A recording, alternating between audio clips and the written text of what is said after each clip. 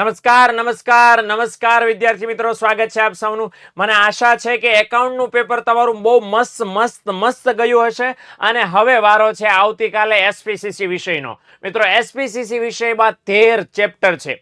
આના 13 chapter આવતીકાલના paper પહેલા કેમ પાકા કરવા એનું સરસ મજાનું પ્લાનિંગ તમારી માટે હું લઈને આવ્યો છું.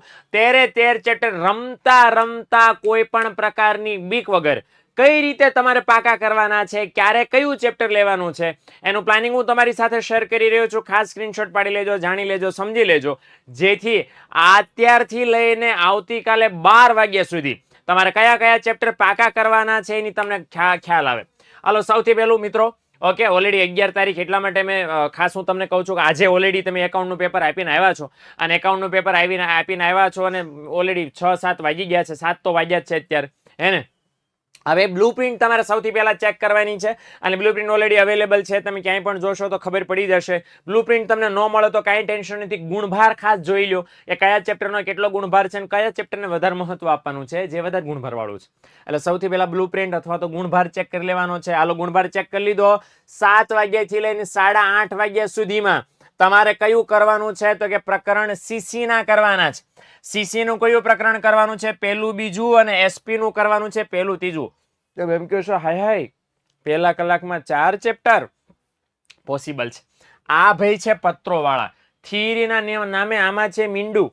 એકાદ પેરેગ્રાફની થિયરી હોય તો એલામાં ખાલી પત્રના ફોર્મેટ જ જોવાના છે. સંબોધન ક્યાં આવે બસ એટલું જ જોવાનું છે. એટલે આમાં માત્ર અડધી કલાક ઇન કેસ કદાચ લાગે તો. અને આમાં પણ પહેલું ચેપ્ટર જ મોટું છે, ત્રીજું ચેપ્ટર ડિબેન્ચર સાવ છોટું મોટું નાનું છે.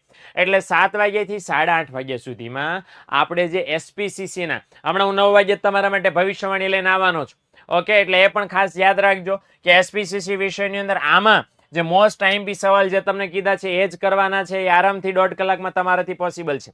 હાલો, ત્યાર પછી શું કરવાનું છે? જે તમે 1.5 કલાક મહેનત કરી, 4 ચેપ્ટર તમે તૈયાર કર્યા, એનું અડધી કલાકમાં તમારે શું કરવાનું છે? રિવિઝન મગજમાં યાદ કરી લેવાનું છે. કયા કયા મુદ્દા આવે છે, કયા કયા આઈએમપી છે, ક્યાં મેં શું વાંચ્યું.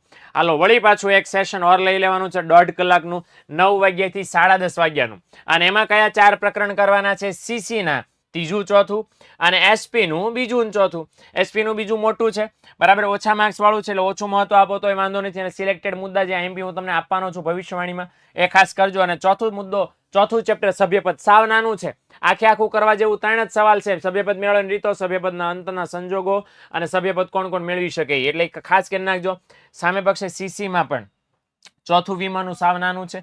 ત્રીજું છે, બરાબર, એ પણ ખાસ નાનું છે, એટલે ખાસ કરી નાખજો. ઓકે, એટલે બે પત્રો વાળા છે, બેમાં પત્ર જ કરવાના છે તમારે. ઓકે, પત્ર જ વ્યવસ્થિત કરજો તો 5 માર્ક્સ આરામથી આવી જવાના છે. અને સામે બાકી જે ઘટ્યું બીજું ચોથા ચેપ્ટરમાં લડી લેવાનું તમારે. 9 વાગ્યાથી 10:30 સુધી આ કામ કરવાનું છે. 10:30 સુધીમાં થઈ જાય ત્યારથી લઈને 11 વાગ્યા સુધી શું કરવાનું? રિવિઝન. બરાબર ને? 1.5 કલાકે એકવાર રિવિઝન થવું જોઈએ જે તમે વાંચો એનું. અચ્છા, રિવિઝન થઈ ગયું. 11 વાગ્યે પગ લાંબા કરી ગોદડા તાણીને એને મસ્ત મજાના સુઈ જાવ. ઉજાગરા કરવાના નથી દીકરાઓ. કેટલા વાગ્યા સુધી શયન કરી દેવાનું? ઓમ શયનાય સ્વાહા. 11 વાગ્યાથી 6 વાગ્યા સુધી હુઈ જવાનું છે. ઘસઘસાટ ઊંઘી જવાનું. 7 કલાક થઈ. એને અગાઉ મેં તમને કીધું હતું, એટલે 72 કલાક વાળા પ્લાનિંગમાં ભાઈ 7 કલાક તો મિનિમમ ઊંઘવાનું જ છે તમારે, એને નહીતર બીજા દિવસે થાકી જાઓ પાછા. સવારે જાગી ગયા 6 વાગે જાગી જવાનું છે. 6 વાગ્યાથી 7 વાગ્યા સુધીમાં ઉઠો, જાગો અને તૈયાર થઈ જવાનું છે. તૈયાર થઈને વળી પાછું મંડી પડવાનું છે. કસરા કસક ચાલો.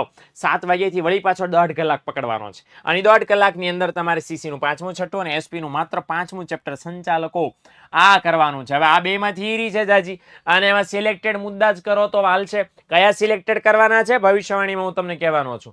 પણ આમાં એસપી ની અંદર છે 5મું ચેપ્ટર માંડ તમારે કરવાનું છે. એટલે 3 જ ચેપ્ટર છે. આ 1.5 કલાકમાં વળી પાછું 8:30 થી 9 વાગ્યા સુધી રિવિઝન કરવાનું છે. 9 થી 10:30 પ્રકરણ એસપી નું 6ઠું અને 7મું કરજો. 7મું ચેપ્ટર બહુ નાનું છે, 6ઠું ચેપ્ટર સાવ સહેલું છે, એટલા માટે જ છેલ્લે રાખ્યા છે. ઓકે, 10:30 થી 12 વાગ્યા સુધી. તમને સાહેબ કેટલા થયા? 10:30 થી 12 તો ઓર 1.5 કલાક થઈ. એ 1.5 કલાકમાં 13 ચેપ્ટર માંથી તમને જે એમ લાગે છે કે આ વધારે સ્કોરિંગ છે, આ વધારે બોર્ડની પરીક્ષામાં ગુણભાર વાળા છે, એનું રિવિઝન તમે 1.5 કલાકમાં કરી લ્યો. 12 વાગ્યા પછી ચોપડીને અડવાની જરૂર નથી જ. અડતા જ નહીં. ઓકે, અને આવતીકાલે વળી પાછા તમે એસપી નું પેપર દેવા જાઓ, અને એના માટે તમને અત્યારથી જ બેસ્ટ ઓફ લક કહી દઉં છું. આ શેડ્યુલ પ્રમાણે ફોલો કરજો. આ શેડ્યુલ પ્રમાણે આઈ એમ વેરી શ્યોર કે 1.5 કલાકમાં તમે કરી લેશો. કરશો તો થઈ જશે, બરાબર. આખું વાંચવા નહીં જતા, જે તમને સિલેક્ટેડ આઈએમપી મેં કરાવ્યા છે, ખાસ કરાવવાનો છું, એ ખાસ જોઈ લેજો, તો ફાયદો તમને થવાનો છે. અને 12 વાગ્યા પૂરું થઈ જાય છે એટલે નિરાંતે મસ્ત મજાનું હળવું ભોજન લઈ લો. ઓકે, અને એકદમ શાંતિથી મગજને જે તમે વાંચ્યું છે કાલે રાતથી, બરાબર, આજે વાંચવાનો છો સરસ મજાનું, એને મસ્ત મસ્ત મસ્ત મસ્ત મગજમાં આમ ઉતરવા દો, અને ખાસ તમારું કામ થઈ જશે દીકરા. ઓકે, તો એસપી નું પેપર આપી દો. એસપી નું પેપર તમને મળી જશે એટલે મને આશા છે કે તમારું કામ છે ખાસ થઈ જવાનું છે, અને બધું જ તમને આવડી જવાનું છે. તો એસપીસીસી ની એક્ઝામ માટે બેસ્ટ ઓફ લક.